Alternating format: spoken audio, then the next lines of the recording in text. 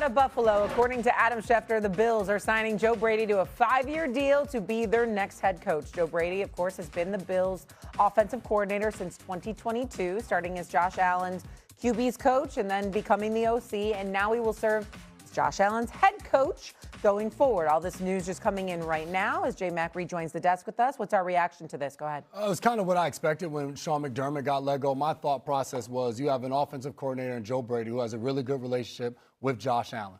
He's also a hot name in the last few coaching cycles where he's been interviewed for head coaching jobs. He's been going through that cycle right now on to second interviews with other teams. You got to imagine when they said Josh Allen is going to be a part of this process, I would think that Josh Allen at some point told the Pegula family, I want Joe Brady in the building. Maybe not demanding that he be a head coach, but wanting him to continue to be there to coach him. So the only way to do that is to promote him and have him be the head coach. My next question marks, I think, around the Joe Brady hires, is he going to continue to call plays on the offensive side of the ball? Is he going to go get another offensive play caller and a Brian Daboll or Davis Webb, two names that we heard mentioned as the head coaching jobs? When you keep the offensive coordinator the same, who's been there under Sean McDermott, the question that if I'm a Bills fan, I'd be asking, well, how much is going to change now? Yeah. Is the defensive coordinator still going to be Bobby Babbage? Are we still going to have a similar to the same culture we've been building over the tenure for Sean McDermott being there and winning a ton of games?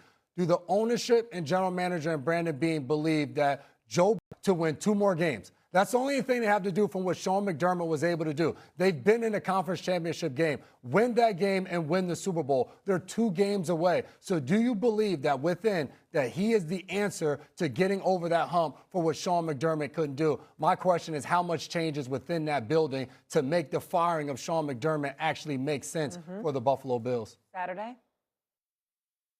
Yeah, these are big shoes to fill. And to J. Mac's point, I'm not surprised they went with Brady. I mean, I think when you saw the people they were interviewing, whether it was Webb or Daboll or, if you're going to go with an offensive guy, you got the guy who's been calling it and you feel pretty comfortable, and to J. Mac's point, has been up for other jobs.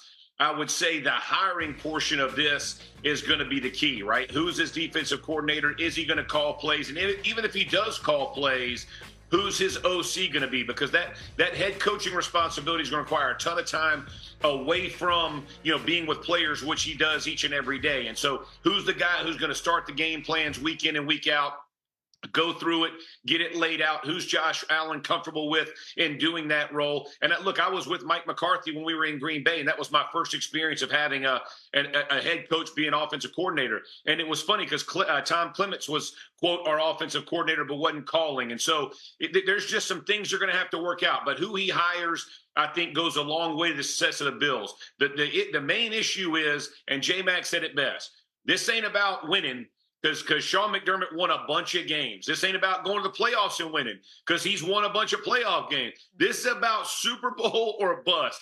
That is a large ask in a town and a community that's built and loves football. This is look, tip of the cap to Brady. Congratulations. This is some work in this one right here, because it ain't about any of the rest. It's about Super Bowl or bust. Well, I somewhat disagree with that last part only from this perspective. Yeah. It's not like it has to happen next year. Sean McDermott had 8-9 years. You can't be that way with Joe Brady in year 1. Okay? You have to improve the offensive line. You definitely have to do that. You got to improve your wide receiver camp. There's no doubt about that. We're looking at Pegula, and we're saying, all right, the way he opened his mouth, it would appear that you got to get to the Super Bowl. It's now or never. But what I'm saying is, you don't hire Joe Brady, elevate, because as an offensive coordinator, he did his job, all right, because they were one of the elite offenses in the game. That can't dissipate. You got to improve the defense. You're $12 million over the cap. Yeah. So you can't you got to figure out something defensively and whatever. I think there's more pressure on Beane than there is on Joe Brady. Now, Joe Brady, they can't dip. They got to be, you definitely want them going for it. But it's not like, oh, my God, if you don't get it done next year, or Joe Brady wasn't the answer because you didn't get it done in year 1. I think that's a bit extreme. But the time is running out with Josh Allen is the prime, right? Like that's why they let go of Sean McDermott, because one guy, Josh Allen. You one? I mean, that's why they may be promoted from within, because they're like, we don't have time. I want to take a step back. Yeah, we don't have time. I didn't say take a step back now. I didn't say take a step back. Yeah, you can't But I'm just saying that I'm like, damn, he don't win the Super Bowl in year 1, but somebody else got 9 years? But he's not inheriting the same roster that Sean McDermott I inherited. understand that. Year 1? They were terrible when McDermott got there. I'm just saying year 1. New playbook, nothing like that. All right, go anywhere. We'll have more first take after this. Woo! Colorado on the map. In the NFL, you don't need someone to put a team on the map. You need to find out how to win games. That's what translates. Find out on every Sunday how to score more points than your opponent. I think the NFL is moving in a way in which you have to have a head coach that gives you an advantage. One, as a play caller, or whether it's offense or it's defense, or two, from a game management standpoint. Look at the two coaches in the Super Bowl right now. Mike Macdonald, from a defensive play calling standpoint, is a mastermind. Mike Vrabel, you watch him on Sunday as Drake May is running towards the sideline and he slides. He's calling the timeout before his knee even hits the ground. He's substituting guys late on defense while Sean Payton's changing personnels. Those are the advantages that head coaches give you that you need nowadays to be able to win and propel your team to a Super Bowl. So I do think the thought of Deion Sanders reuniting with his son Shador is an amazing story. As a father, I see that and it brings tears to my eyes and joy. Like, oh my goodness, I can't believe it. I don't know that that's the best move for the Cleveland Browns as an organization. Here is the best way to put it. And Deion Sanders, my brother, we go back a long ways. This is the most accurate and fair way to put it. Yeah. I hope this happens for him. His resume doesn't warrant it. That is the reality. Mm-hmm. And the reason why is because, yes, you were 27-6 in leading Jackson State to consecutive SWAC titles and a 21-12-run record in 2022. Yes, you had a winning season in Shador Sanders last year in Colorado. 9-4, right? 9-4. You have 2 losing seasons, all right? You know, you were like 4-8 or whatever it was the first year there. You were 3-9 last season. Okay, so you've had 2 losing seasons in the 3 years that you were there. This last season, which was your worst, was without your son.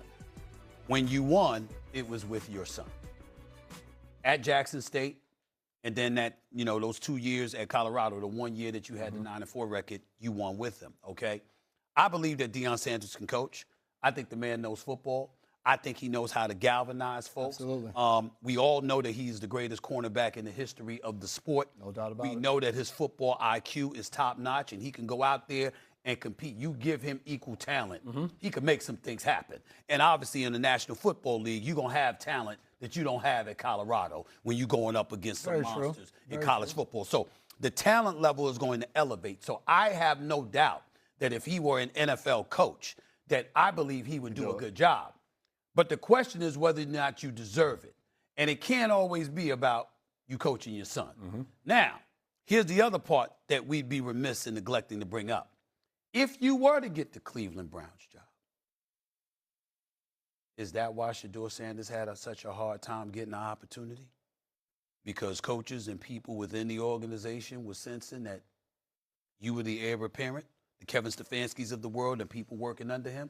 Because now you're going to have people having those questions. They're going to accuse him of lurking all along, which is just going to add more pressure to Shador Sanders, who's now been named as an alternate as a Pro Bowler.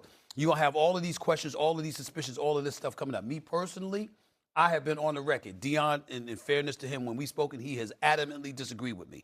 I have always said, I don't want you in Colorado.